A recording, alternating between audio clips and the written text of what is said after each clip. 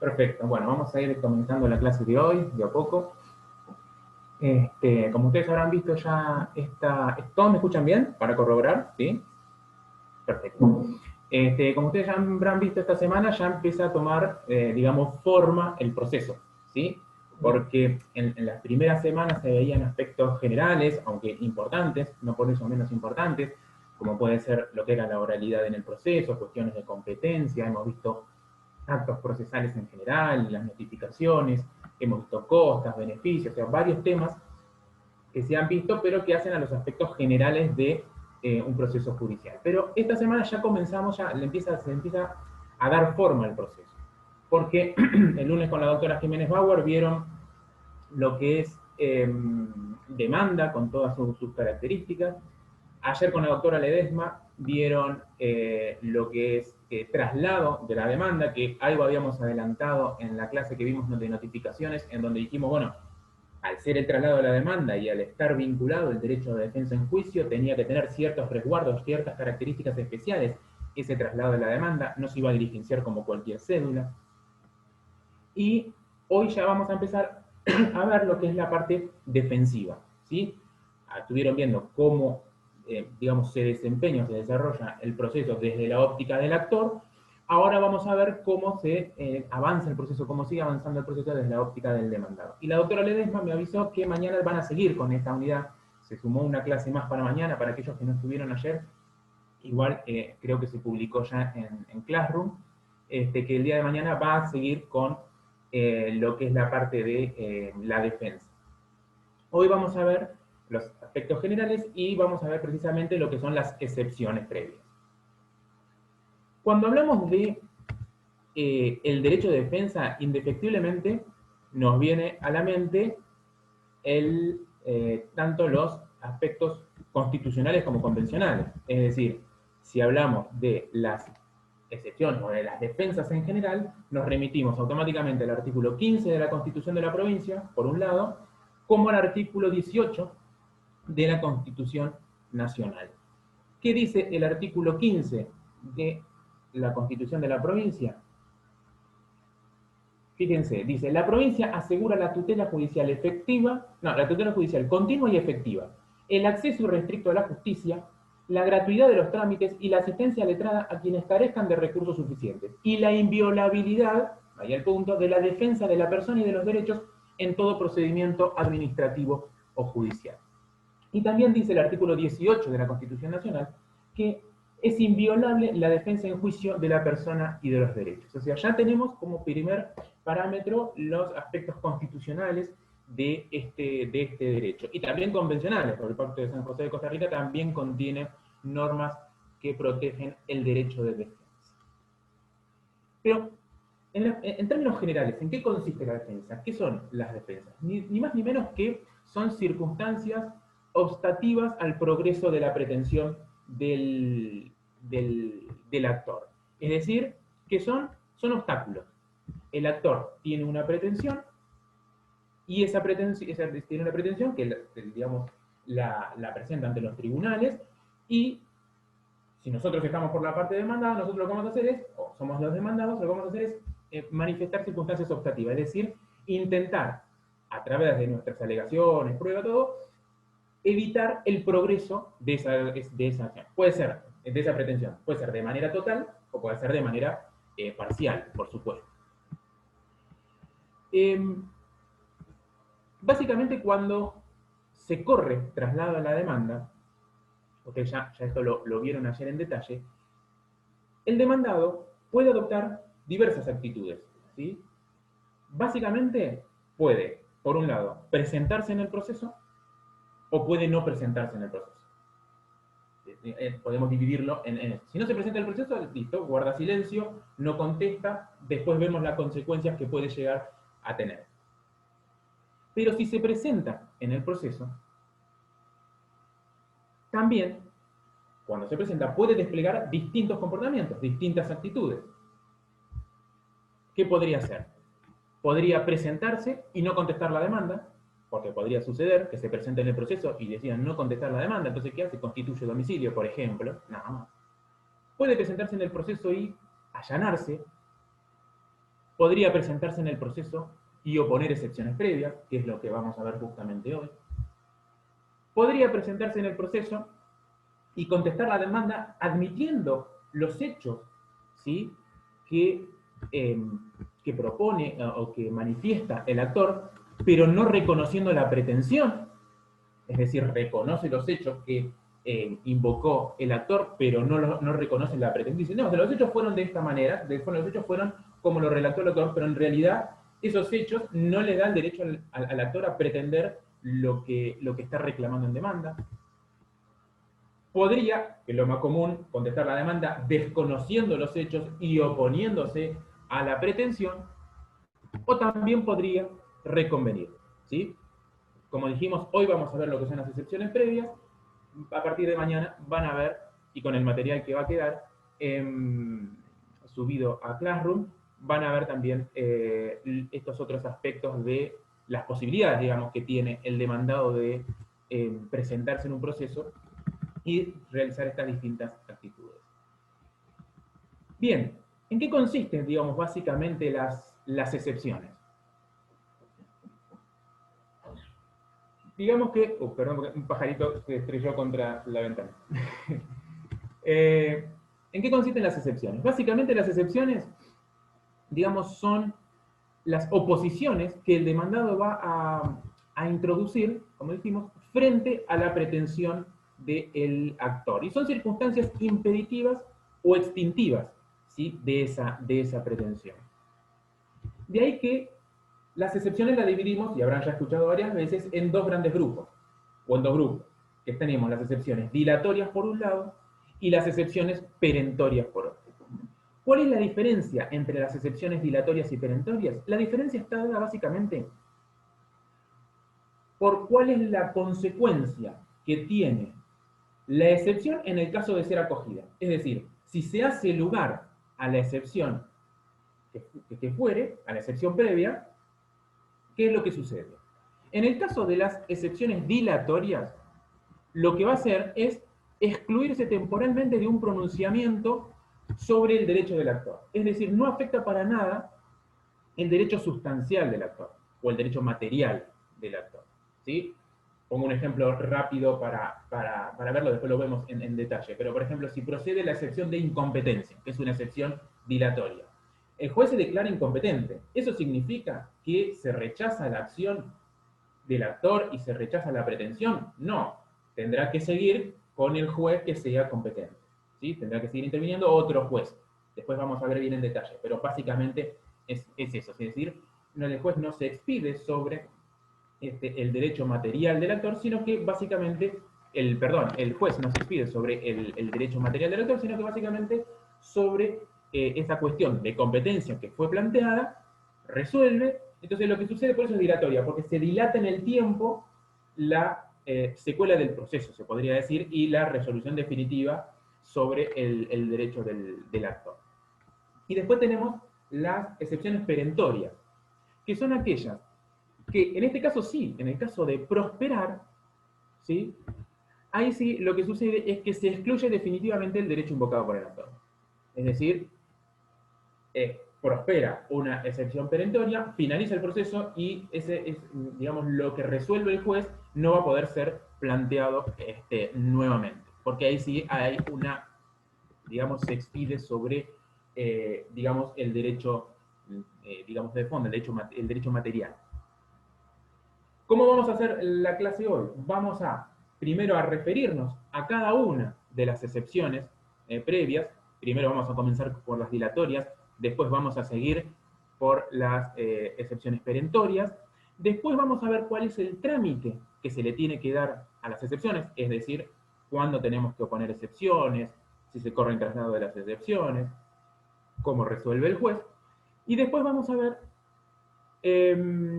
cuáles son las consecuencias si se acoge favorablemente una excepción, ¿sí? Porque dependiendo de qué excepción es la que prospera, es como, cuál es el efecto, digamos, que produce esa excepción en el proceso en el cual estamos interviniendo. ¿Claro hasta acá? ¿Alguna pregunta? Fui muy rápido, como siempre, ustedes saben que a veces me acelero. ¿Bien? Bueno, cualquier duda que tengan, se habilitan el micrófono y hacen la pregunta, ¿sí? Bien, vamos con las dilatorias. La primera, vamos a decir la que dijimos, la primera, que es la excepción de incompetencia. Básicamente, y ustedes esto algo ya vieron cuando vieron competencia en la unidad temática 1. Básicamente, el órgano judicial o el órgano jurisdiccional, el juez, tiene básicamente dos oportunidades para expedirse en torno a la competencia. La primera, básicamente, es cuando se le presenta la demanda. Se presenta la demanda por receptoría. Bueno, ahora se puede hacer digitalmente, pero le llega la demanda al juez y el juez, cuando va a disponer el primer despacho, advierte que es incompetente. Entonces, ¿qué hace? Ahí es la primera oportunidad en la que puede declararse incompetente. La otra oportunidad en la que podría declararse incompetente el juez es cuando se le plantea la excepción de incompetencia. ¿Sí? Entonces, se interpone. ¿Y cuándo prosperaría? Cuando se interpone ante un órgano jurisdiccional distinto al que corresponde intervenir según las reglas de competencia que ustedes ya vieron. Recuerden que las competencias en cuestiones de contenido patrimonial y en lo que hace a la competencia territorial sí se puede prorrogar, ¿sí? Eso recuérdenlo. Pero básicamente tiene que ver con eso la excepción de incompetencia. Como les dije, después más adelante vemos cuáles son las consecuencias si se hace lugar a la excepción o no. Después tenemos la excepción de falta de personería, otra excepción dilatoria.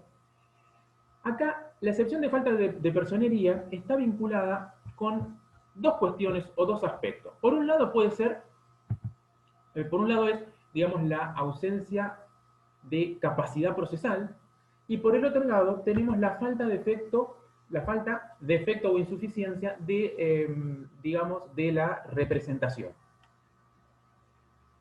¿En qué consiste la cuestión de la capacidad procesal? Es que ustedes saben que para intervenir en un proceso tienen que ser capaces, conforme las normas del Código Civil y Comercial. Si una persona es incapaz, tiene que intervenir en el proceso a través de sus representantes legales. ¿Sí? Entonces, cuando no sucede esto, ahí prospera la excepción de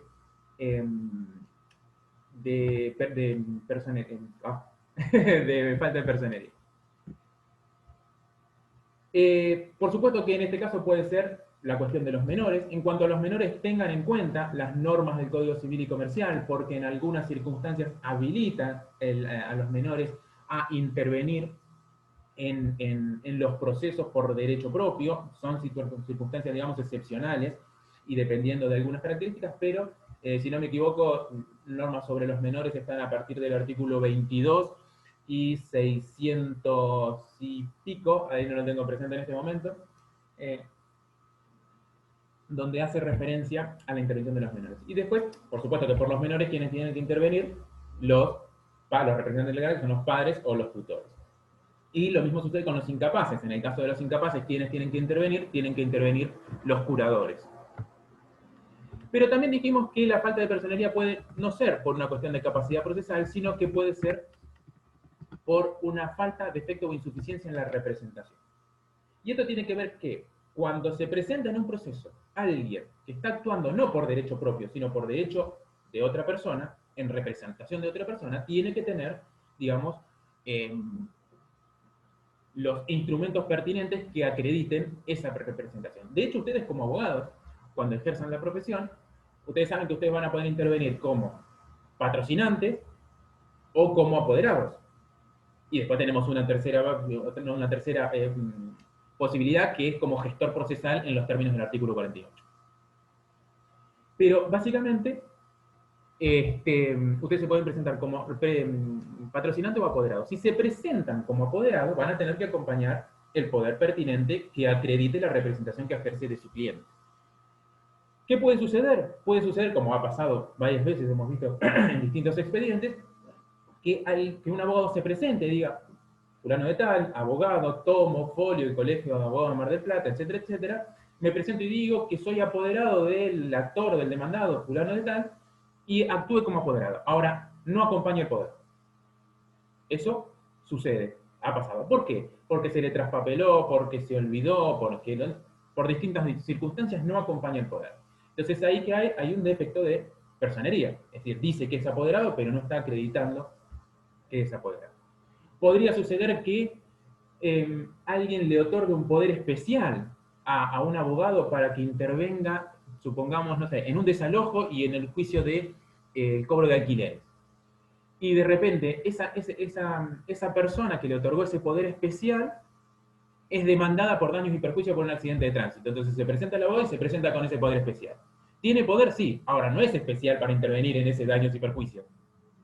Es un poder especial para intervenir en el marco de los procesos que fueron mencionados en ese poder especial, que era el desalojo y el cobro de alquileres. Entonces ahí podríamos decir, desde un punto de vista técnico, que hay una insuficiencia quizás de el poder. Y después puede darse, por ejemplo, cuando un poder es otorgado, por ejemplo, en una sociedad comercial que le va a otorgar el poder a un abogado y en vez de ser otorgado por el representante que tiene las facultades para hacerlo, es otorgado por otra persona que no tiene, que no puede representar a la sociedad. Pero bueno, el universo de posibilidades de defectos de personería es bastante amplio, pero básicamente esta excepción dilatoria está vinculada con eso. Los artículos del Código Civil y Comercial en torno a la capacidad serían a partir del 22 y a partir del 677.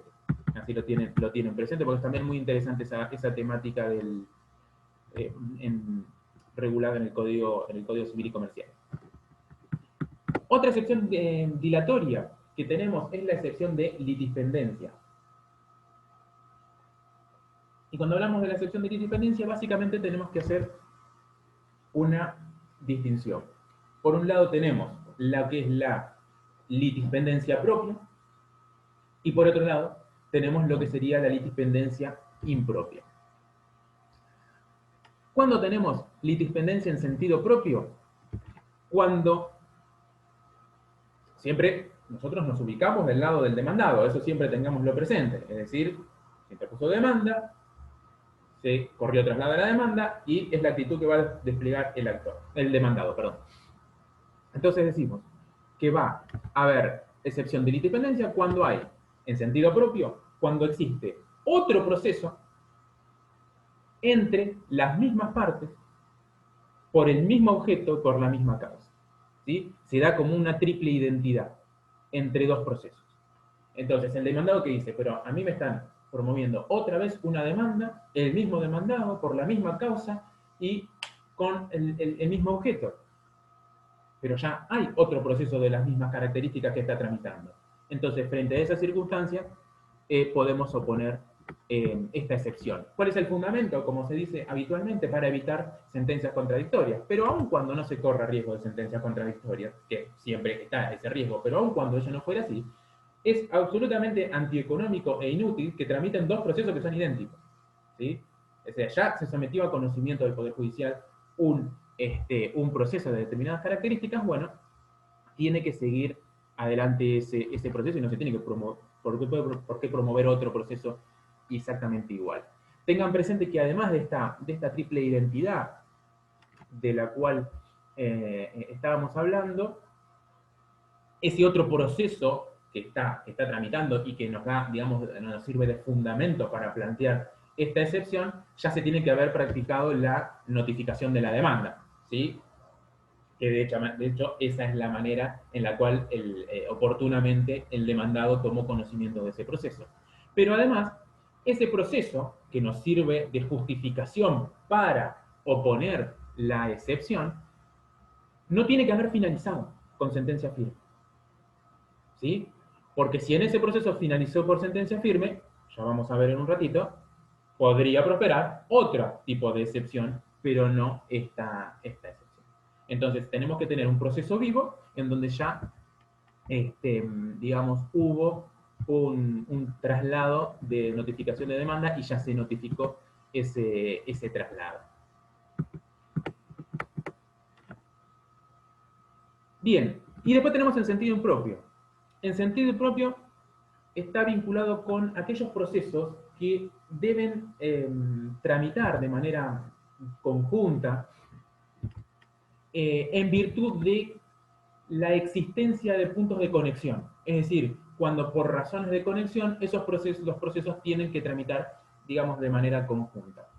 El artículo 190 del Código Procesal ¿qué nos dice?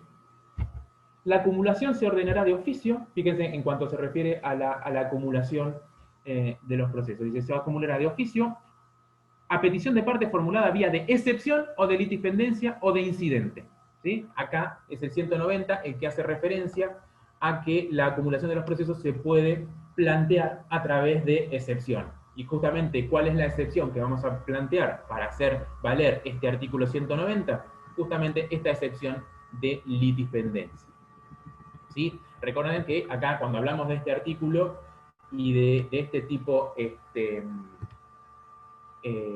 digamos, de excepción, no tenemos una triple identidad, porque si tuviésemos una triple identidad tendríamos una litipendencia propia. Acá, sin haber triple identidad, ¿sí? Hay, ¿cómo decirlo?, distintas cualidades o distintas circunstancias que motivan que los procesos tramiten de manera conjunta. Yo estaba pensando cuando planificaba la clase, digo, un ejemplo podría ser un accidente de tránsito, ¿sí? En donde hay, no sé, choques en cadena. Entonces el hecho es uno. Entonces intervienen, supongamos, no sé, 4 vehículos y el siniestro es uno. ¿Sí? Entonces, ¿qué sucede? Quizás uno demanda a uno, otro demanda a otro, otro demanda a otro, en virtud de las distintas responsabilidades que se consideran en el marco de ese accidente de tránsito. Y además intervienen las compañías aseguradoras, las citadas en garantía. ¿Sí? Bueno, todo eso, como la cosa juzgada de uno podría llegar a tener efectos sobre otro proceso, todo eso conviene, por una cuestión de economía, que tramite todo ante el mismo juez, ¿sí? Y se resuelva todo, incluso en una sentencia única.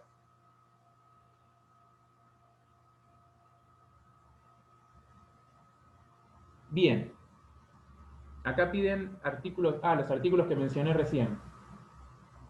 A partir del artículo 22, bien como le contestó Bruno, y a partir del 677, así capaz que lo dije mal, 677 es, para que quede bien claro.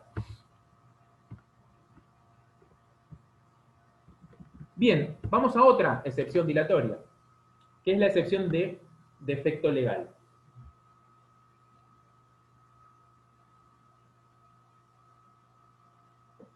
¿Cuándo se da la excepción de defecto legal? Básicamente es cuando el escrito de demanda contiene determinados, ¿cómo decirlo?, determinados defectos. ¿Sí? Ustedes saben que el escrito de demanda tiene que cumplir, ya han visto, con todos los requisitos del 330. Y puede ser que a veces no se cumplan con esos requisitos del 330, y esa irregularidad en el cumplimiento de esos requisitos puede llegar a tener una magnitud tal que afecte el derecho de defensa del demandado. ¿Sí? Por ejemplo, no sé cuál es la pretensión del actor. El actor no es claro. No sé cuál es el objeto, o no sé cuál es el objeto de la demanda. ¿Qué me está reclamando el actor? ¿1 millón de pesos o me está reclamando 10.000 pesos? No es claro. ¿Sí? ¿Qué me está? Lo hemos visto en alguna oportunidad. Yo siempre pongo, cuando hablamos de casos, siempre pongo como ejemplos muy exagerados, ¿no? Como para que se distinga bien. Obviamente que en la realidad, en los hechos, es muy difícil que se dé esta dicotomía o esta diferencia, pero sí que haya inconvenientes. Nos ha pasado en alguna oportunidad que no se sabía, o que no era clara, digamos, la demanda en torno así, en el marco de una contratación, si lo que pretendía el actor era un cumplimiento del contrato o si lo que pretendía el actor era una rescisión del contrato por incumplimiento. ¿Por qué? Porque entre los argumentos se empezaba a mezclar y confundía normas jurídicas, o sea, confundía, digo, en su discurso. Por eso es muy importante que ustedes, cuando redacten una demanda, una contestación y cualquier escrito judicial, sean precisos, claros y muy técnicos, ¿sí? O sea, tiene que haber precisión. Y la claridad es muy importante. Muchas veces vemos demandas que tienen 60 hojas, o en el caso nuestro, bueno, vemos muchos recursos, vemos fundamentos de recursos que hay 60 hojas escribiendo sobre los fundamentos de un recurso, y la verdad que, sinceramente, muchas veces no sirven ninguna de esas 60 hojas. Y de repente vemos otro recurso que tiene 3 carillas y es quirúrgico. O sea, dice lo que tiene que decir, y esas 3 carillas sirven para revocar una decisión. Entonces, ¿por qué? Porque los otros transcriben cosas que ya que están en el expediente, copian, cortan y pegan jurisprudencia a más no poder, cortan y pegan artículos de doctrina. En alguna oportunidad han pasado que han presentado, es irrisorio, pero han presentado escritos judiciales y han cortado y pegado exactamente todo un artículo de doctrina. Tenía 3 renglones diciendo, haciendo alusión a unas hojas, y después todo un artículo de doctrina. O sea, eso no es, digamos, un escrito en el cual se le ha dado, digamos, importancia, en el cual se ha trabajado, simplemente se corta y se pega. Bueno, volviendo al tema del defecto legal. Cuando tiene esos defectos el escrito de demanda, el demandado, al verse afectado en su derecho de defensa, lo que puede plantear es justamente esta excepción de defecto legal. Y después tenemos lo que se conocen como defensas temporarias. Que estas defensas temporarias son aquellas que están contempladas en las normas sustanciales, ¿sí? Puede ser que estén en el Código Civil y Comercial, puede ser que estén en la Ley de Sociedades, como vamos a ver, en distintas normas jurídicas de carácter sustancial. Lo primero que vamos a ver es el beneficio de exclusión. ¿En qué consiste el beneficio de exclusión? Cuando estamos en presencia de una fianza, ¿sí? Y más precisamente en el marco, no en el marco de cualquier fianza, sino en el marco de una fianza convencional simple, el acreedor va a poder ir contra el fiador de una fianza convencional simple, ¿sí? Siempre y cuando, primero, haya ido contra el principal obligado y haya ido contra los bienes del principal obligado. Cuando fue ya contra el principal obligado y el principal obligado no tenía bienes, o los bienes que tenía eran insuficientes para poder cubrir toda su creencia, recién ahí puede ir contra el fiador. ¿Sí? ¿Fui claro en la explicación de esto? Bien. ¿Qué pasa? Si el acreedor va directamente contra el fiador sin antes atacar a los bienes del principal obligado, en ese caso, el fiador como demandado puede oponer el beneficio de exclusión y decir, señor juez, todavía no fueron atacados los bienes del principal obligado, opongo el beneficio de exclusión. ¿Sí? Por eso es dilatoria, porque no está diciendo que el fiador no tiene que cumplir, ¿sí? Simplemente está diciendo que se tiene que cumplir con una condición previa. Esto está regulado a partir del artículo 1583 del Código Civil y Comercial. Vean, el 1583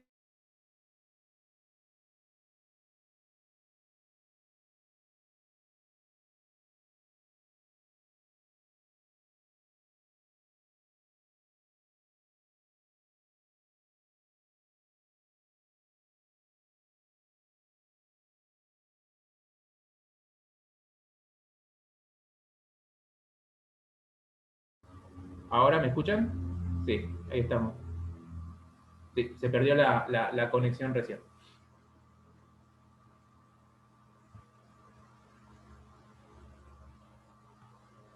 Bien, ahí estamos. Ahí estamos. Bien, decíamos, en cuanto al beneficio de exclusión, no sé si llegaron a escuchar los artículos que les dije, eso sí, ¿no? 1583 del Código Civil y Comercial, 1584, 1590 y 1591. ¿Sí? ¿Por qué? Porque eso también les va a servir para distinguir en lo que es la fianza convencional simple, que es lo que hablamos, que es donde rige el beneficio de ejecución, con la fianza solidaria, o con cuando se constituye el fiador como principal pagador. Porque en esos casos, el fiador no puede oponer el beneficio de ejecución. Cuando es un fiador solidario o principal pagador, en ese caso no rige el beneficio de ejecución. O también puede ser que el fiador renuncie al beneficio de ejecución, en cuyo caso tampoco procede.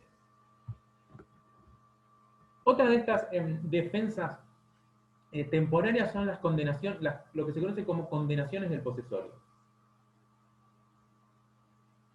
que son aquellas sentencias que son, ¿cómo decirlo?, dictadas en el marco de un interdicto o de una acción posesoria. ¿Qué sucede? El que es vencido en ese interdicto lo que puede hacer es, ¿cómo decirlo?, promover una acción real, ¿sí? Eso no se lo impide, por más que haya sido vencido en el interdicto. Pero lo que tiene que hacer es cumplir con la condena del interdicto para poder promover la acción real.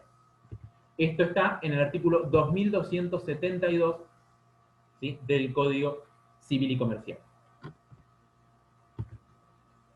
Vinculado con esto también tenemos la acción real y el juicio posesorio,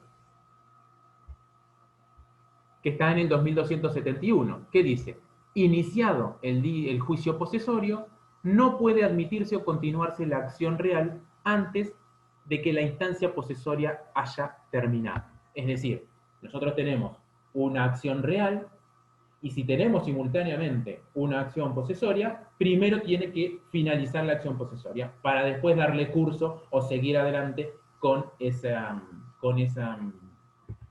acción real, ¿sí?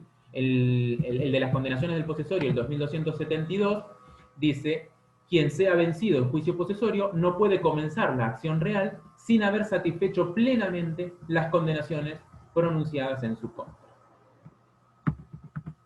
Luego tenemos otro que otra defensa, que es la conocida como los días de llanto, que eso siempre en los exámenes básicamente es como el primero que recuerdan, pero que básicamente no se utiliza mucho, porque en realidad son 9 días que tiene el heredero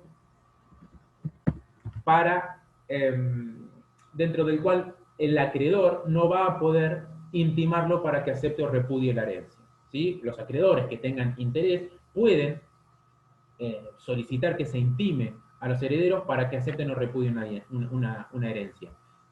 Pero esa intimación no puede ser pedida dentro de los 9 días del fallecimiento del causante. Esto está en el artículo 2289 del Código Civil y Comercial. Fíjense que estamos hablando siempre de normas sustanciales. También sucede lo mismo en cuanto a la posibilidad de plantear una defensa temporaria en el marco de los socios de una sociedad colectiva, artículo 125 de la Ley General de Sociedades. La Ley General de Sociedades es la Ley 19.550. ¿Qué es lo que dice?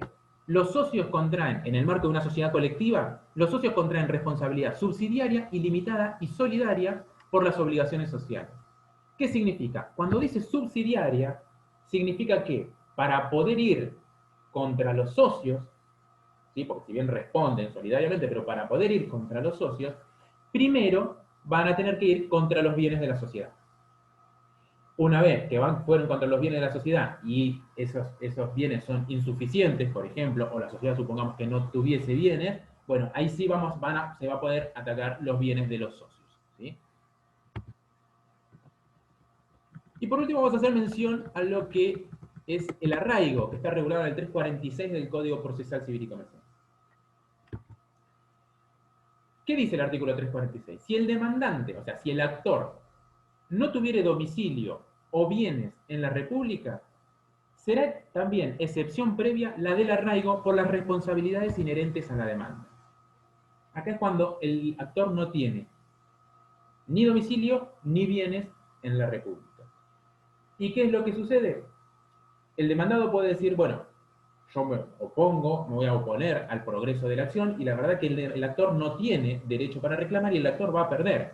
Ahora, si el actor pierde, ¿quién va a pagar las costas? Porque no tiene ni domicilio ni bienes en la República. Entonces lo que sucede ahí es que se fija o se establece, el juez va a establecer, si prospera, el monto y el tipo de caución y va a fijar un plazo para su cumplimiento. De todas maneras, ya hace muchísimos años hay distintos tratados internacionales y a partir de la sanción del Código Civil y Comercial, el Código Civil también comercial también contiene un artículo que la doctrina, la gran mayoría de la doctrina, interpreta como que finalizó el arraigo, así como que el arraigo ya no rige más. Es el artículo, tengan en cuenta el artículo 2610 del Código Civil y Comercial. Estoy tirando muchísimos artículos, ya lo sé, no soy consciente de eso, pero tienen que tenerlo presente para entender esto. ¿Qué dice el artículo 2610 en torno a esta cuestión? Dice lo siguiente: igualdad de trato. Los ciudadanos y los residentes permanentes en el extranjero gozan del libre acceso a la jurisdicción para la defensa de sus derechos e intereses, en las mismas condiciones que los ciudadanos y residentes permanentes en la Argentina. Ninguna caución o depósito, cualquiera sea su denominación, puede ser impuesto en razón de la calidad de ciudadano o residente permanente en otro estado. Entonces, lo que dice la doctrina es que este artículo 2610 lo que está haciendo es dejando de lado el arraigo. ¿Por qué? Porque si este segundo párrafo dice ninguna caución o depósito, cualquiera fuese su denominación, puede ser impuesta en razón de la calidad de ciudadano o residente permanente en otro estado, lo que quiere buscar es la igualdad de trato de las personas en el marco de un proceso judicial. Entonces, se dice que el arraigo no estaría más vigente. Por supuesto, cuando estudien de su manual, fíjense la regulación del arraigo y qué dice al respecto. Bien, y estas serían las excepciones perentorias. Las excepciones dilatorias, perdón. ¿Alguna duda, alguna pregunta hasta acá? Profe, una pregunta. Sí, claro. Y en caso de prosperar y que gane el demandado, en este caso del arraigo, Sí. ¿cómo se cobra? No, lo que va a hacer el juez es fijar una caución, ¿sí? Porque, digamos, el actor es el que se presenta en el proceso, tiene domicilio constituido, Pero, está interviniendo en el proceso. Entonces va a fijar una caución. Puede dar algún bien a embargo, puede depositar una suma de dinero, puede pero en este configurarse de... caso el Código Civil dice que no puede fijar una caución o no. ¿Cómo? Pero el Código Civil, o sea, el artículo que me escuchó Es recién, que justamente ese es el tema. Para muchos autores, lo que hace el Código Civil es dejar sin efecto el arraigo. Es decir, claro. que no se va a poder plantear el arraigo. ¿Me explico? Entonces, ¿cómo se cobra el demandado si gana? Bueno, ese es el problema. Ese es el problema. Es decir, en pos del principio de igualdad, ahí es una cuestión de valores y a qué se le da mayor valoración, ¿sí? A la igualdad frente a un proceso y también porque esto, cada vez que se impone una cuestión económica, está vinculado el derecho de acceso a la justicia. Eso siempre lo tenemos que tener presente. Y muchas veces lo que se produce son choques de derechos. ¿Sí? No había visto quién me habla Leticia y recién ahora identifico, me habla por Leticia. Entonces se produce un choque de derechos. Entonces, ¿qué es lo que ponemos en la balanza? El acceso a la justicia. O sea, ¿por qué? Porque ¿qué pasa si no efectúa el depósito del arraigo? La consecuencia de no poder participar en un proceso judicial. Eso vamos a hacer. Entonces lo vamos a sacar al actor porque no puede, porque no tiene, digamos, porque no puede cubrir esa caución. Bueno, en definitiva, eso es lo que va a pasar. Si se interpreta que el arraigo no rige más, bueno, no tendrá que establecer ninguna caución y si pierde en el proceso, como vos decís, no va a poder cubrir las costas porque no tiene bienes en el país y porque no tiene domicilio en el país. Entonces estoy en una situación de desventaja cuando mi actor, o sea, el actor que me pone una demanda es un extranjero que no tiene residencia en el país ni bien. Digamos que estarías en una situación similar a cuando una persona, te entiendo que estarías en cierta desventaja, es verdad, pero también es cierto que la misma circunstancia la tenés con una persona que tenga residencia en Argentina y no tenga bienes. O sea, la situación sería similar a esa. De hecho, cuando se dice también que ese actor, que no necesariamente está vinculado con que sea extranjero, puede ser residente, puede ser nacional, pero residente en el extranjero, también podría, y estaría en todo su derecho, de pedir el beneficio de litigar sin gasto. Y si pide el beneficio de litigar sin gasto, entonces tampoco correría la caución. Entonces se dan siempre, está muy buena tu observación, Leticia, porque siempre se dan en los procesos estos detalles. A ver, el arraigo no es algo que sea habitualmente que se oponga, porque eh, el porcentaje es ínfimo. De hecho, yo nunca vi un proceso en donde se haya planteado una excepción de arraigo, pero existe con estas salvedades que estoy mencionando, que al día de hoy no, porque lo que yo mencionaba en cuanto a los tratados internacionales, hubo tratados internacionales en el marco del Mercosur, creo que el protocolo de las leñas, en donde son tratados de la misma manera a los nacionales de los distintos Estados miembros. Entonces, frente a una persona que reside en uno de los Estados miembros, tampoco íbamos a poder plantear el arraigo. Entonces, ahora lo que hizo el Código Civil y Comercial no es ni más ni menos que receptar todas esas normas internacionales, además del protocolo de las leñas, había otros, receptar todas esas normas internacionales y volcarlas en un artículo del Código Civil y Comercial. ¿Puedo contestar, Leticia, la pregunta?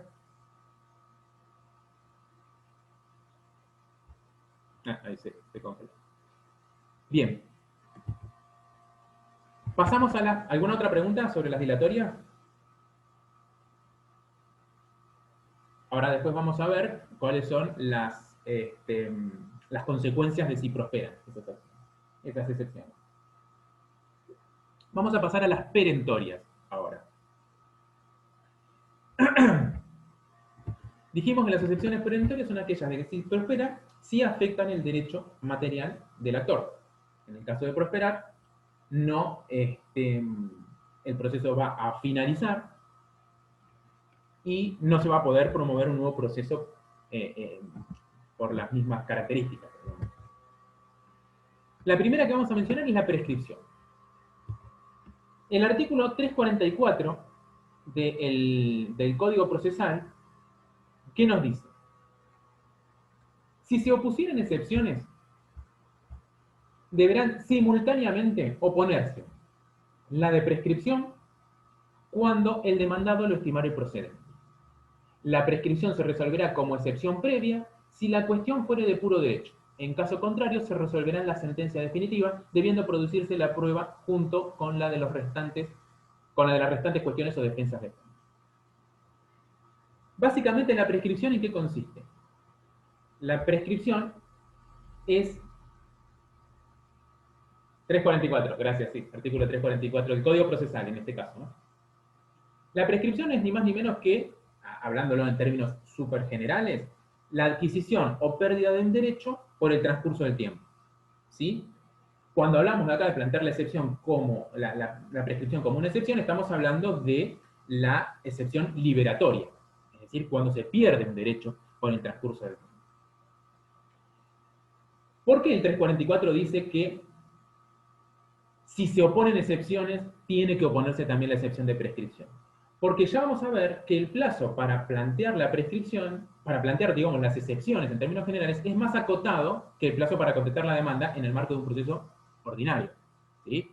Entonces, y el Código Civil y el Código Civil, el de Vélez, el vigente con anterioridad al año 2015, establecía que la excepción, que la prescripción tenía que plantearse o al contestarse la demanda o en la primera oportunidad. Entonces, al decir que tenía que ser planteada en la primera oportunidad iba a ser, en el marco, en las condiciones normales, cuando se planteen excepciones previas, ¿sí? En términos generales. Después hay cuestiones más en otros detalles. Pero, ¿por qué? Porque tenemos 10 días para plantear las excepciones, tenemos 15 días para contestar la demanda. Entonces, si planteamos excepciones, bueno, ahí va a ser cuando se tenga que plantear las excepciones previas. La excepción de prescripción. Tengan presente acá también, artículo, porque como hablamos de normas de fondo, tengan presente el 2551, 2552 y 2553 de el Código Civil y Comercial. Voy a contestar acá, dice, ya está hablando de las perentorias, se me cortó internet. Sí, Erika. Sí, vi que algunos se desconectaron, no sé qué pasó. Ya empezamos a hablar de las perentorias y estamos hablando de la prescripción, precisamente, como primer excepción.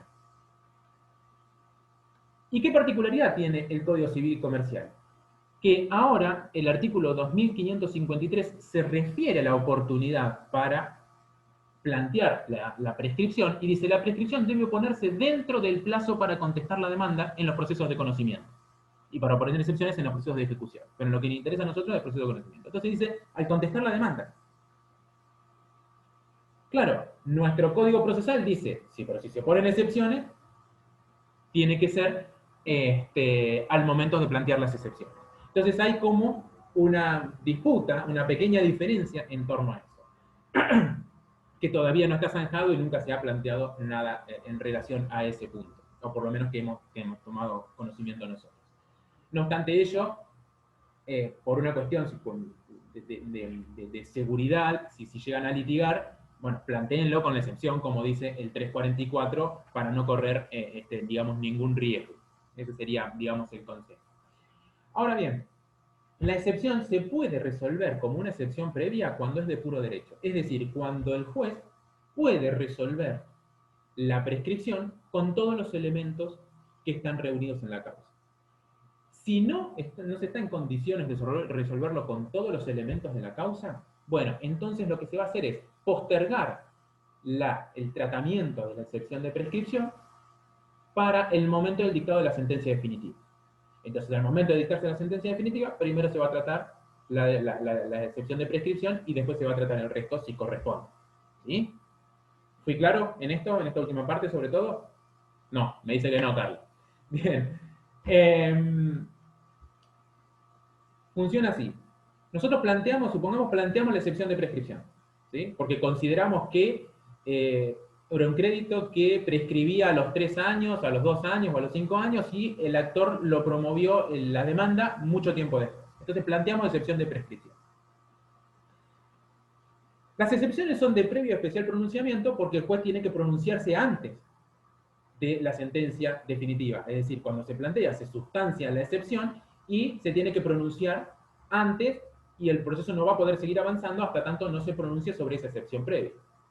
Ahora bien, en el caso de la prescripción, el juez va a poder resolverlo como previa, como una excepción previa, si está en condiciones de hacerlo. Es decir, si la excepción se puede resolver como de puro derecho. Es decir, si se puede resolver con todas las constancias que figuran en el expediente.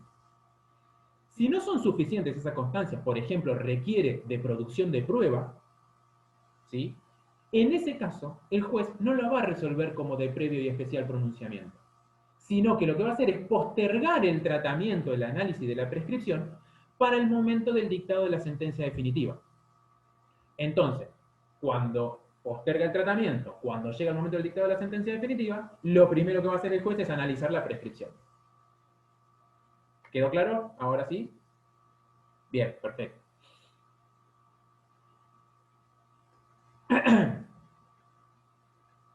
Bien, en torno a la prescripción creo que no me queda nada. Después vamos a ver el efecto, pero cuando veamos los efectos de todas las excepciones. Otra excepción que se puede plantear, otra excepción perentoria, es la de falta de legitimación para obrar. ¿En qué consiste esta excepción de falta de legitimación? Básicamente es cuando el actor, ya sea el actor, porque puede haber falta de legitimación activa o puede haber falta de legitimación pasiva.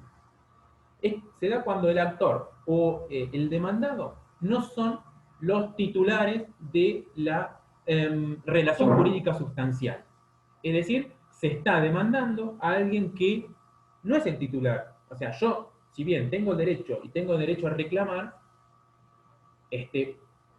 no, digamos, puede ser que el demandado, yo esté demandando a alguien a quien no fue titular de ese derecho. ¿Sí? Por ejemplo, yo voy con mi auto y yo choco a Carla. ¿Sí? Entonces Carla me tiene que demandar a mí. Me puede demandar a mí y me puede demandar al titular registral. ¿Sí? Supongamos que el titular registral y el que conducía soy yo, entonces yo soy el legitimado pasivo. Y Carla, que es también la titular registral de su vehículo y es la que resulta afectada, es la titular de esa legitimación activa.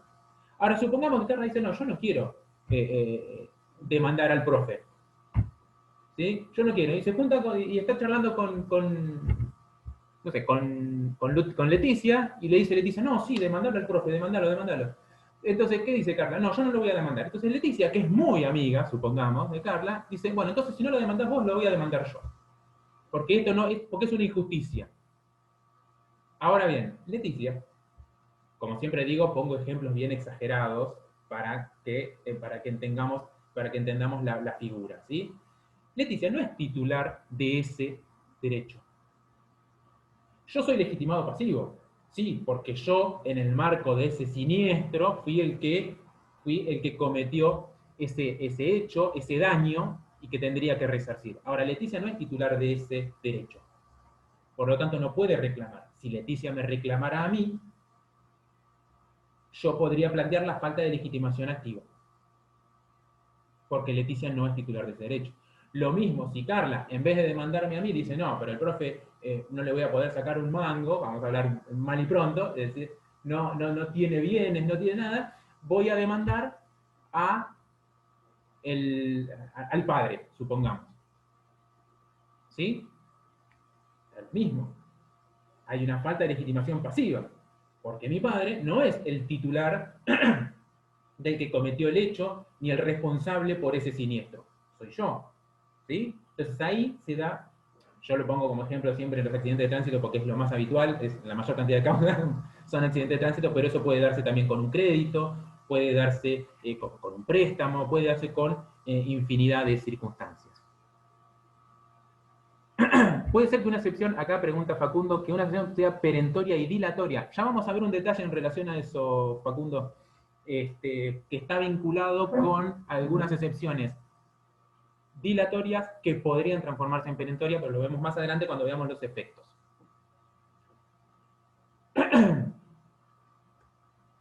Acá también, en el caso de esta falta de legitimación, ya sea activa o pasiva, tengan en cuenta que el juez también los va a tratar como una excepción previa si puede resolverlo con las constancias del expediente. ¿Sí? Si no, también lo que va a hacer es postergar para el momento del dictado de la sentencia definitiva. ¿Sí? Otra excepción perentoria, perdón, es la excepción de cosa juzgada. Y ustedes saben lo que significa ya la figura de la cosa juzgada, que tiene por finalidad la seguridad jurídica, que se refiere a la inmutabilidad y la irrevocabilidad de una sentencia cuando o bien es consentida o cuando se encuentra firme porque ya pasaron todas las instancias recursivas posibles. ¿Sí? ¿Qué es lo que tiene que suceder? Es que tiene que haber pasado, tiene que haber existido otro proceso, también con los mismos sujetos, objeto y causa, y ese proceso tiene que haber recaído una sentencia definitiva que se encuentra firme.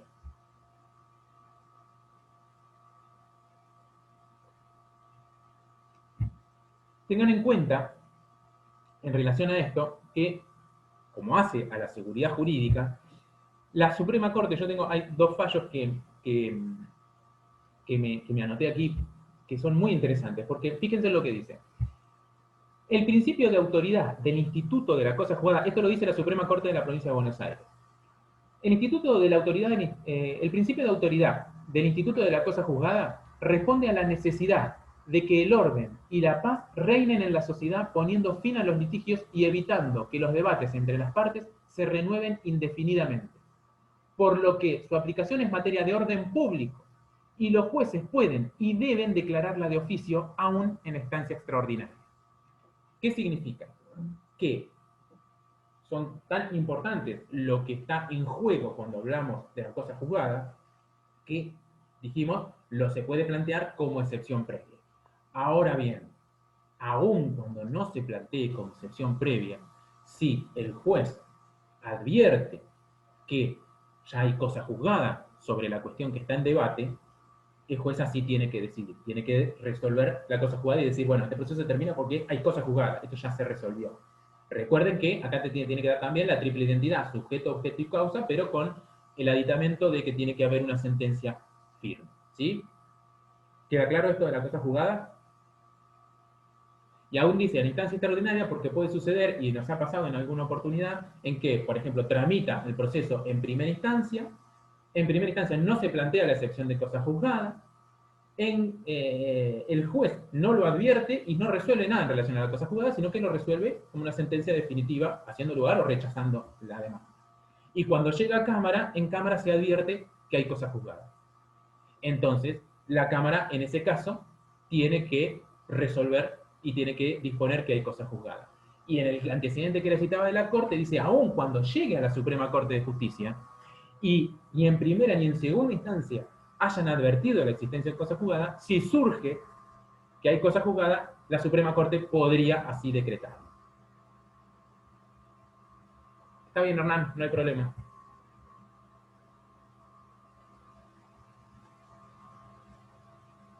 Bien.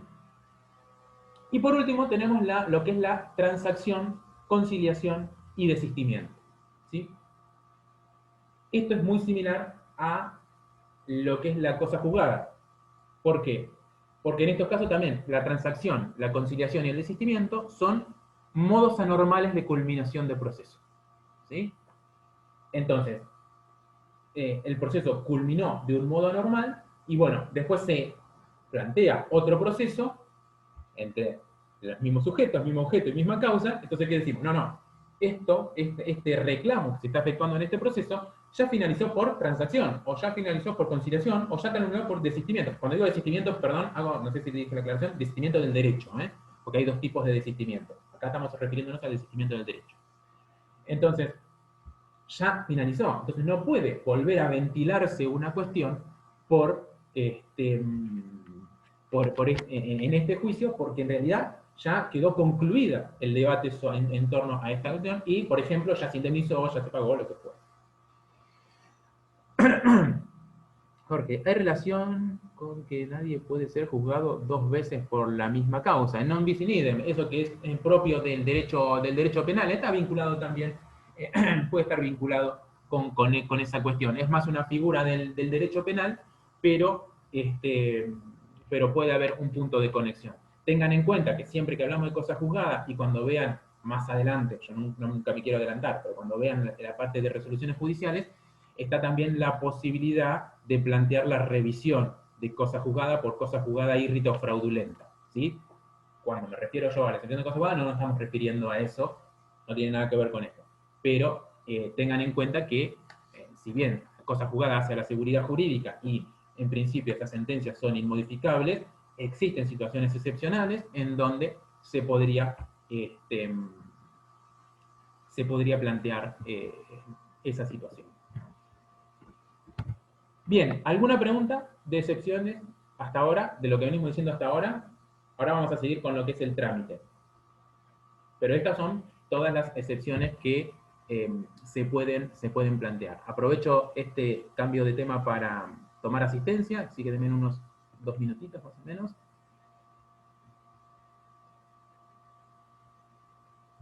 Tomo asistencia y seguimos.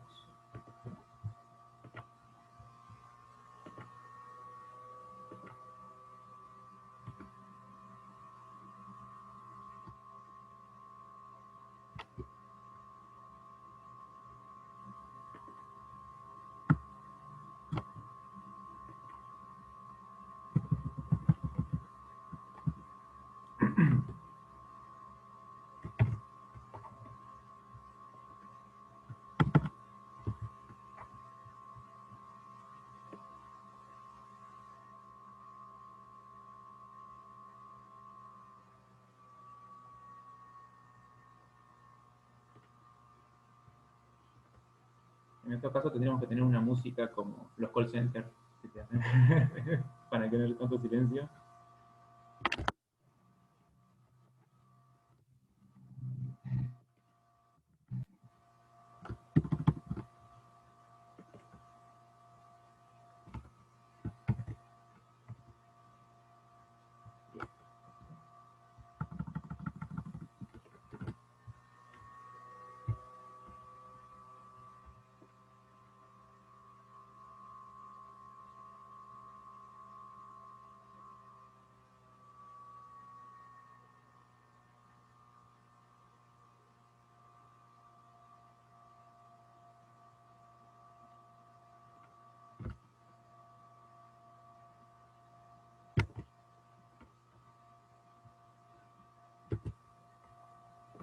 Profe, Sí, buen día.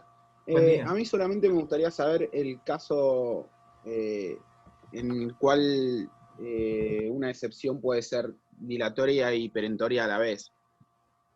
Lo que le pregunté hoy. No sé Sí, si lo sí. contestó. No, no, dije que lo vamos a ver después cuando veamos los efectos de las excepciones.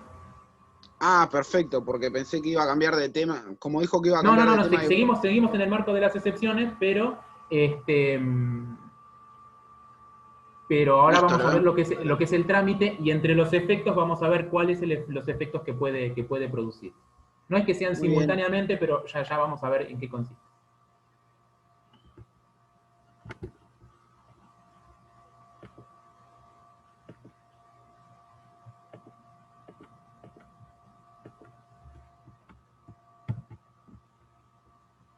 Bien, perfecto.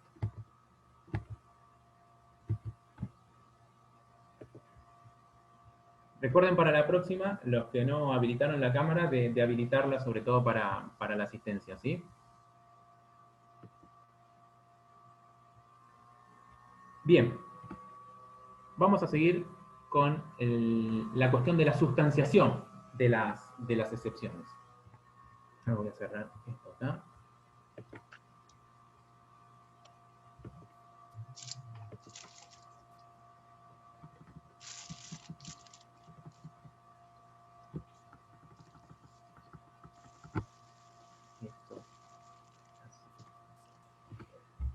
Agustina me pregunta si nombró algún artículo de caducidad. Agustina, si querés hacer la pregunta, pues no entiendo.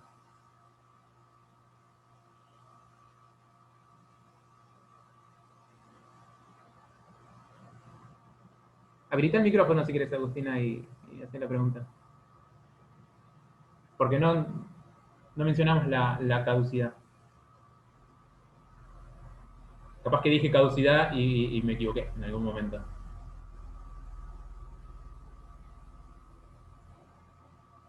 Ah, perfecto, Agustina.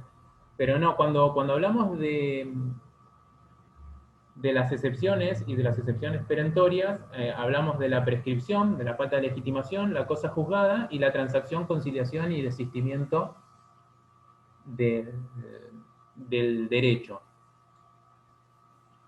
Ah, Carla dice que por ahí se refiere a la de prescripción.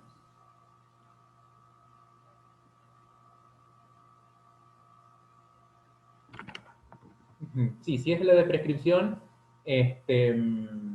sí, habíamos dicho los artículos 2551, 2552 y 2553.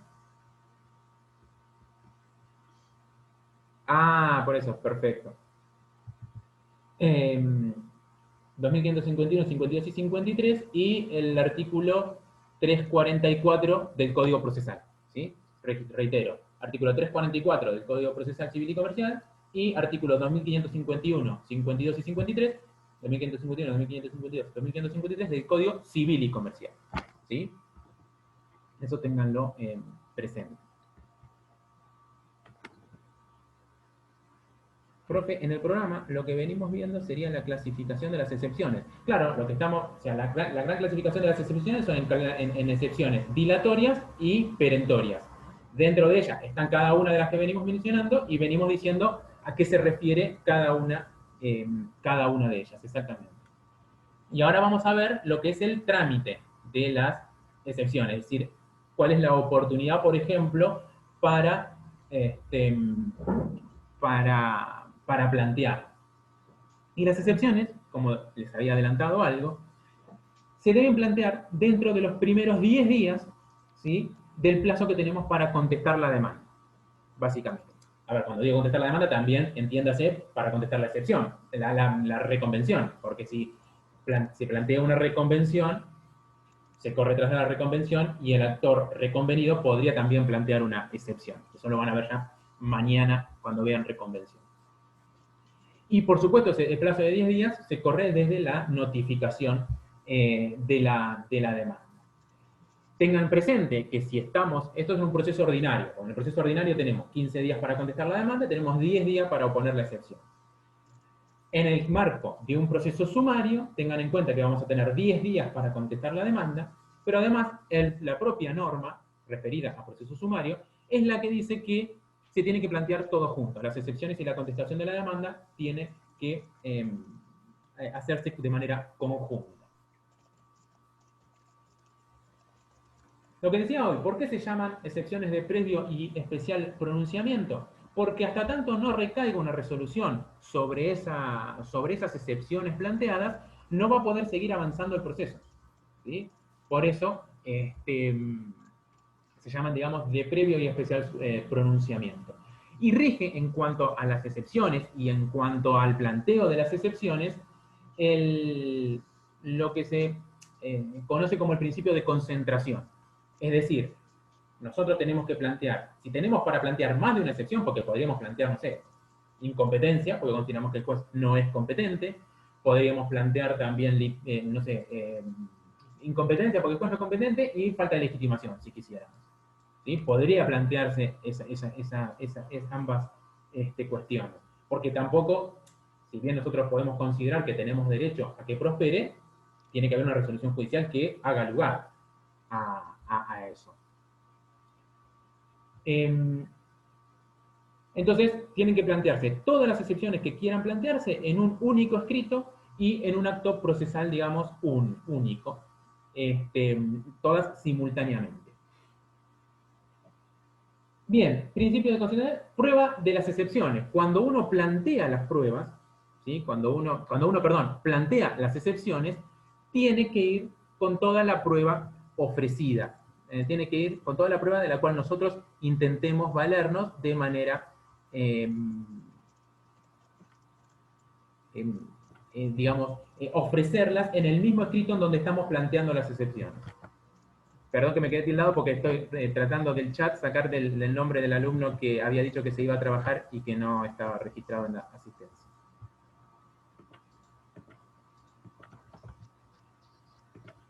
Listo, ahora sí. Bien. Entonces vamos a ofrecer toda la prueba. Obviamente vamos a acompañar toda la prueba instrumental, todo lo que tenga que ver con la prueba documental, y vamos a ofrecer toda la prueba restante. ¿Qué sucede? En determinadas, por la característica de algunas excepciones, la propia norma procesal lo que dice es cuáles los documentos o la prueba que tiene que acompañarse, ¿sí? Y esto está en el artículo 347 del Código Procesal. ¿Qué nos dice? Requisito de admisión. No se dará curso a las excepciones, fíjense directamente, no se va a dar curso a las excepciones. 1. Si la de incompetencia, y ahora empieza a enumerar algunas de las excepciones, y qué es lo que se tiene que acompañar si se plantea en una excepción. Artículo 347, Janina. Dice, si la incompetencia lo fuere por razón de la distinta nacionalidad y no se acompañara el documento que acredite la del oponente, naturalmente, si lo fuese por distinta vecindad y no se presentara la libreta o partida que justificara la ciudadanía argentina del oponente, si lo fuere por haberse fijado de común acuerdo por las partes el juez competente, cuando ello es admisible y no se hubiese presentado el documento correspondiente. Esto está vinculado con la prórroga de la competencia que puede darse. Fíjense el inciso 2.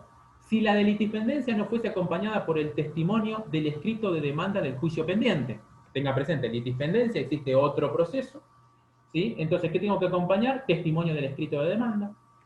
Si la de cosa juzgada, es decir, tenemos una sentencia que ya se dictó y que está firme, no se presentara el testimonio de la sentencia respectiva. Y dice, si la de transacción, conciliación y desistimiento del derecho no fueren acompañados de los instrumentos o testimonios que los acrediten. Entonces, el código lo que nos dice es, frente a estas excepciones, tiene que acompañarse esta prueba, que en la mayoría son pruebas documentales. Pero es muy importante el último párrafo, que es lo que yo siempre aconsejo cuando se plantea una de estas excepciones. Es decir, cuando se plantea la de litipendencia, la de cosa juzgada, o la de transacción, conciliación o desistimiento del derecho, dice, en estos casos, dice el código, podrá suplirse la presentación del testimonio si se solicitara la remisión del expediente con la indicación del juzgado y la secretaría en la que tramita. Esto es mucho más sencillo. Es decir, si nosotros tenemos otro proceso en la de litipendencia, cosa juzgada, transacción y conciliación o desistimiento del derecho, es porque tenemos otro proceso otro proceso que finalizó por transacción, que finalizó por conciliación, porque finalizó y tiene una sentencia firme, o un proceso pendiente, como es el de litipendencia, lo que puede suceder es que en vez de solicitar testimonio, lo que se puede hacer es pedir el expediente, lo que se conoce como ad effectum videndi, es decir, al efecto de tenerlo a la vista. Entonces se pide, el juez de primera instancia que tiene que tratar la excepción, pide el expediente momentáneamente para verlo, lo ve, resuelve y devuelve el expediente. ¿Sí? Es al solo efecto de tenerlo como una prueba, como prueba instrumental para poder resolver la excepción. ¿Sí? Entonces, en vez del testimonio, podemos suplirlo por esta cuestión, por este medio de prueba. Obviamente, cuando lo pedimos a través del último párrafo, le vamos a pedir al juez que libre un oficio. El juez que tiene que tratar la excepción libra un oficio al juzgado correspondiente solicitándole el expediente. Ese juzgado le remite el expediente al juez. El juez resuelve teniendo a la vista el expediente y devuelve el expediente al juzgado de origen para que siga tramitando. Para que siga tramitando, digo, si fuese la de litipendencia, si fuese la de cosa juzgada, no va a haber nada para tramitar, ¿no? Por supuesto. Salvo cumplimiento, ejecución. Una vez planteada la excepción, creo que no lo dije, se corre traslado al actor, porque estamos hablando acá de una excepción, por lo tanto, se va a correr traslado al actor por 5 días, ¿sí? Y finalmente se dice que el juez va a fijar una audiencia, a veces se fija una audiencia, a veces no, a los efectos de producir la prueba que sea necesaria, y si no, de lo contrario, va a resolver sin más trámite. Generalmente se resuelve sin más trámite. Se pregunta habitualmente, o no nos preguntamos cuando hay que resolver, si tienen que tener algún orden las excepciones, si se tienen que resolver en algún orden. Bueno, básicamente lo que se dice es que si entre las excepciones que fueron planteadas está la de incompetencia, primero se tiene que resolver la de incompetencia. Por una cuestión lógica, es decir, si un juez considera que es incompetente para resolver, entonces va a ser incompetente para resolver la falta de legitimación, va a ser incompetente para resolver la prescripción. Entonces, primero el juez tiene que resolver la incompetencia. Si se declara competente, seguirá con las otras excepciones. Si se declara incompetente, directamente, vamos a ver después cuál es el efecto que produce la declaración de incompetencia, pero ahí, digamos, quedaría su resolución declarándose incompetente y, en su caso, remitiendo la causa o archivando. Lo mismo sucede con la de litipendencia, es decir, si se plantea la de litipendencia, sucede algo similar. Primero se va a tratar la de litipendencia.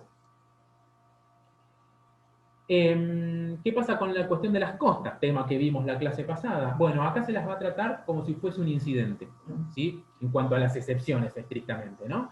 Entonces se va a aplicar el artículo 69. No sé si recuerdan que el artículo 69 lo que hacía era entronar el principio objetivo de la derrota, pero con más fuerza, digamos. ¿Por qué? Porque solamente podía el juez alejarse del principio objetivo de la derrota cuando eran cuestiones dudosas de derecho. ¿Sí? Fuera de las cuestiones dudosas de derecho no podía eximir, digamos, de costas. Entonces va a regir el principio objetivo. Y en cuanto a la apelabilidad de la resolución que resuelve las excepciones, la resolución que resuelve las excepciones previas es apelable, ¿sí? Por supuesto. Salvo, siempre, como un pero, siempre hay un salvo que en el caso de que el juez disponga postergar el tratamiento de la excepción previa para el momento del dictado de la sentencia.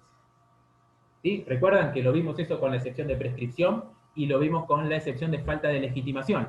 Podría suceder que, si no se puede resolver con las constancias del expediente, el juez postergue el tratamiento de la excepción para el momento del dictado de la sentencia. Como el juez lo que está diciendo ahí es, no lo resuelvo ahora, sino que lo resuelvo más adelante, está postergando el tratamiento, no produce ningún agravio eso. Entonces no es apelable esa resolución, porque no se está expidiendo sobre el acogimiento o no de la excepción, no está resolviendo sobre si corresponde admitir o no la excepción, ni no la está rechazando, sino que simplemente lo que está haciendo es postergando en el tiempo su tratamiento. Y ahora vamos a los efectos que produce cada una de estas excepciones. Vamos primero a al orden lógico que habíamos dicho recién. Excepción de incompetencia.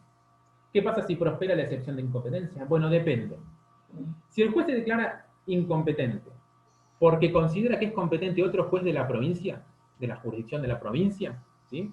Sea de este departamento judicial o otro, lo que va a hacer es declararse incompetente y remitir las actuaciones al juez que considere que sea competente.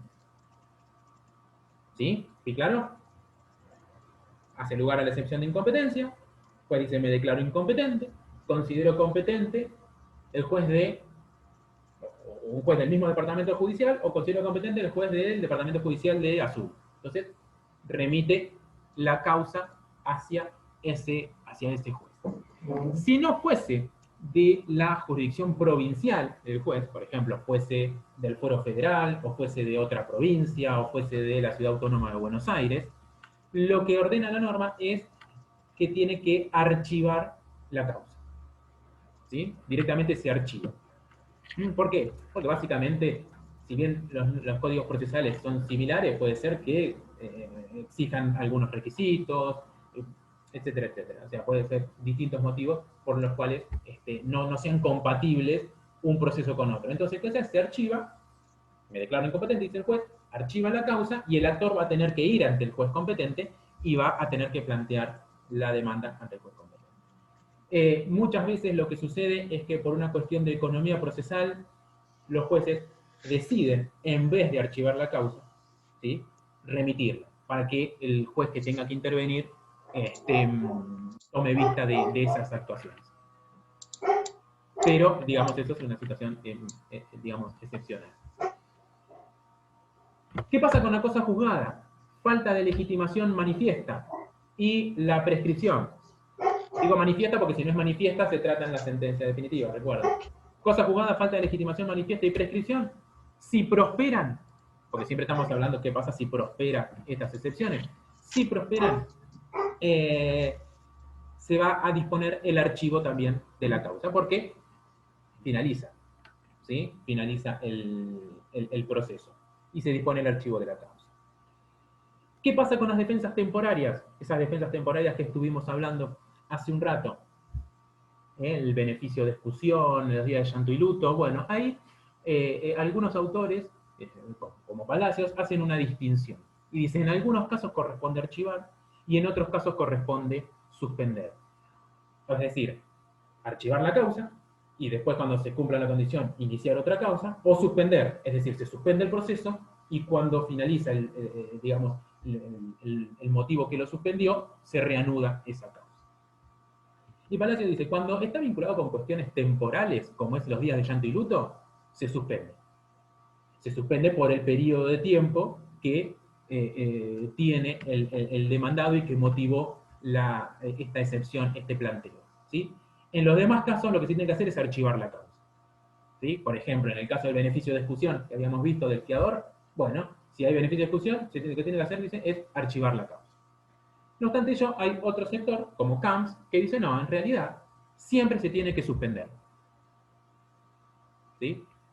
¿Por qué? Porque se suspende y una vez que esté cumplida con esa condición, es decir, beneficio de exclusión, el juez dice, hace lugar al beneficio de exclusión, entonces lo que tiene que hacer es suspender. Después, el actor va contra el principal obligado y cuando fracasa contra el principal obligado porque no tiene bienes o por lo que fuera, reaviva el proceso.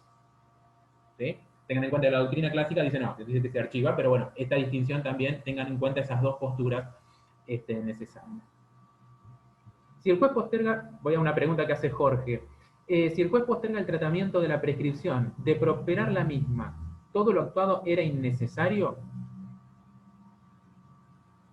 En realidad, ni sería la respuesta. ¿Por qué?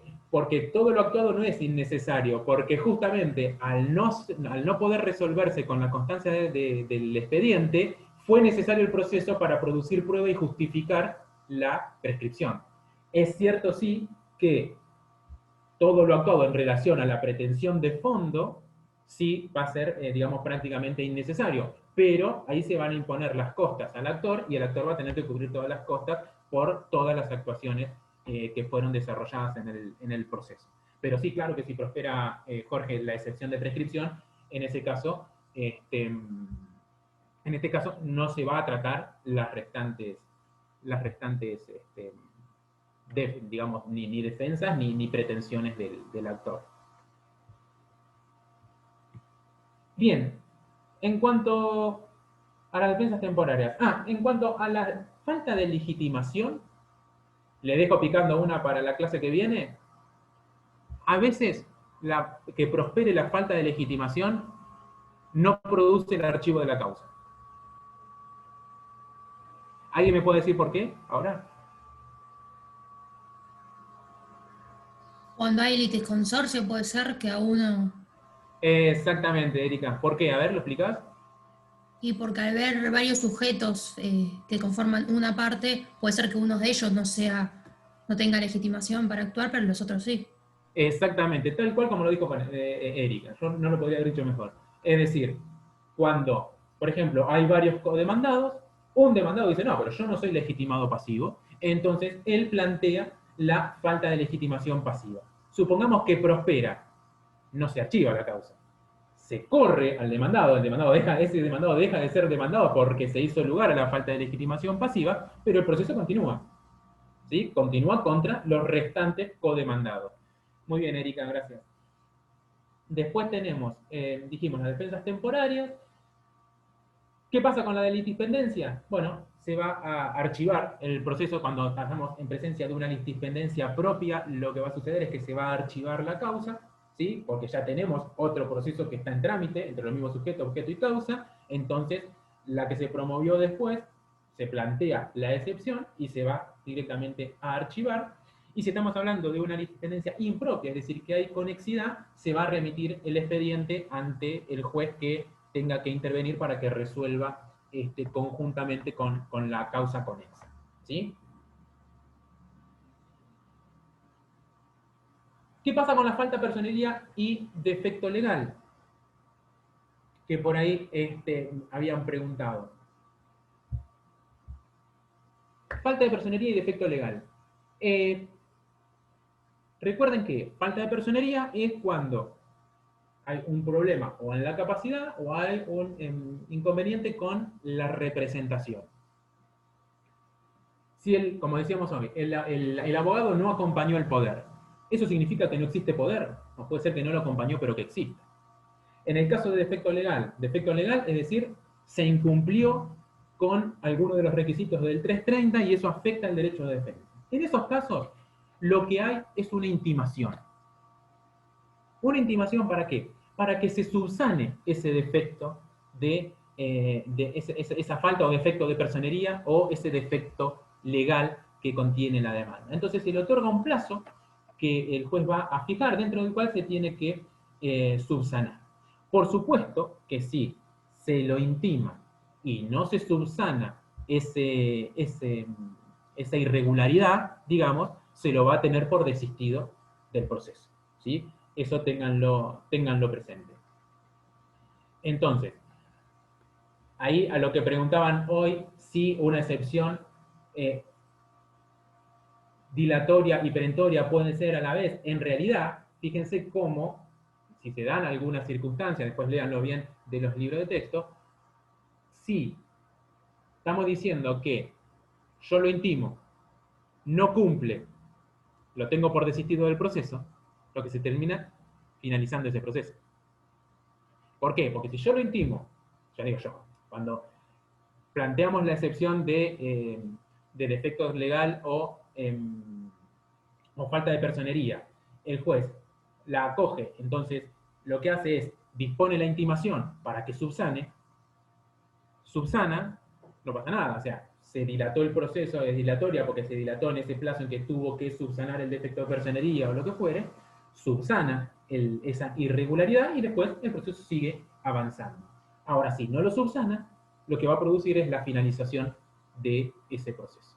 ¿Sí? Entonces eso, ténganlo presente.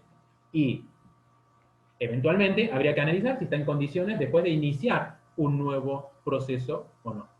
¿Sí? Que habitualmente sí está en condiciones, pero si lo opuso, había interpuesto el proceso muy en el límite con el plazo de prescripción de la acción, ¿sí? que eso es algo que puede llegar a pasar cuando veamos después caducidad. Entonces puede ser que una excepción se pueda llegar a transformar, que era originariamente dilatoria, en perentoria. ¿Sí?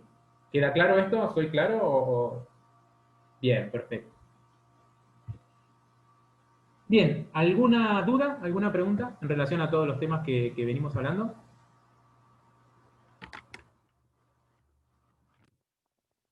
Seguro. Acá dice, todos los efectos de defensa y excepciones están en el 352. Me parece que no todos, Bruno, me parece que no todos, pero yo siempre recomiendo sobre todo estos temas, y lo que hace a las defensas temporarias también, a todos los temas en general, ya me conocen, pero a estos temas en particular, que sí busquen un libro de texto, ya sea un manual o un código comentado, ¿sí? Esto sí, sí es importante porque hay muchas cosas que escapan a la lectura, digamos, neta de los artículos, ¿sí? Así que tengan presente eso.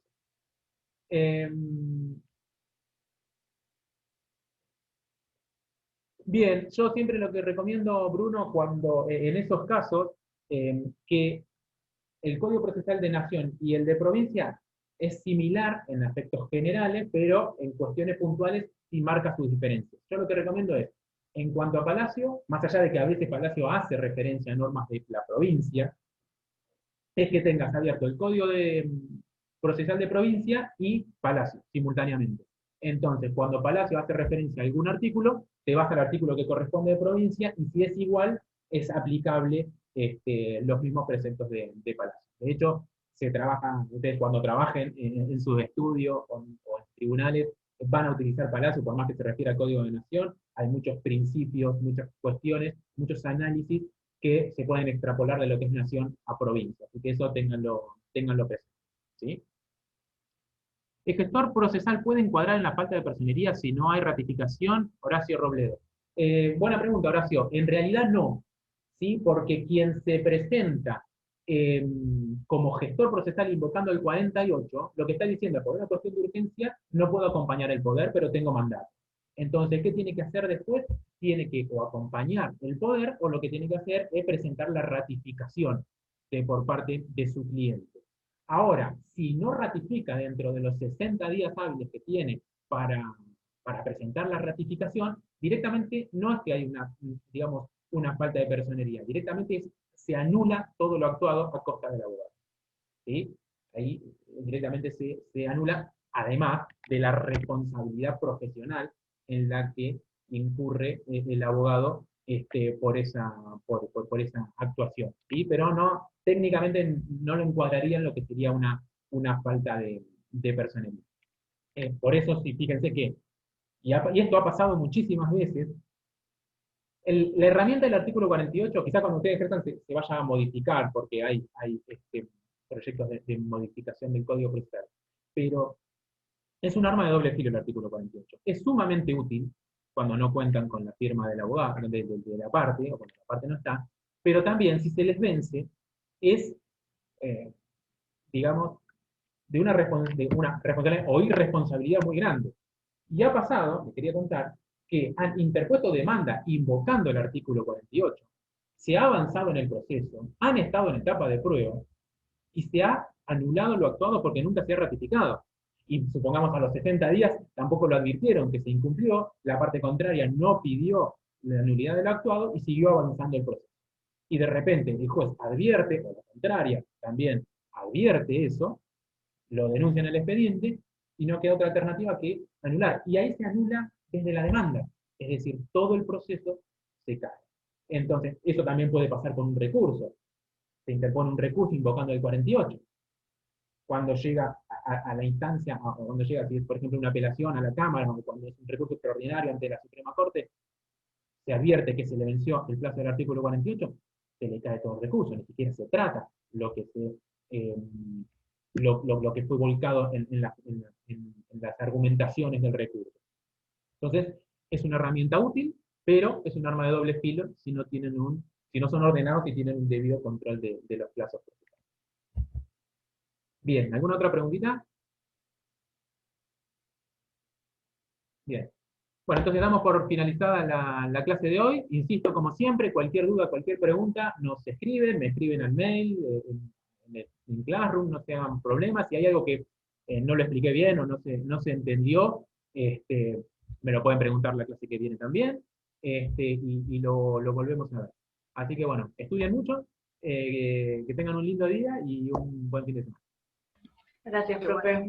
No, Nos vemos. Hasta luego. Gracias, profe. Adiós.